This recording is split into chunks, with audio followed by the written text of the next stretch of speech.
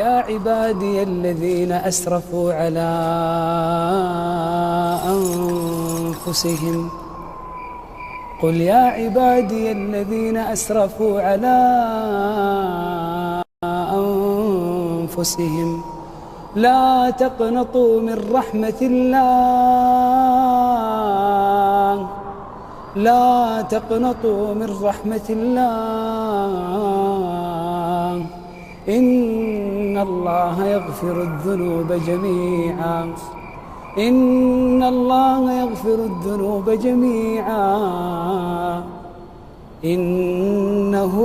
هو الغفور الرحيم.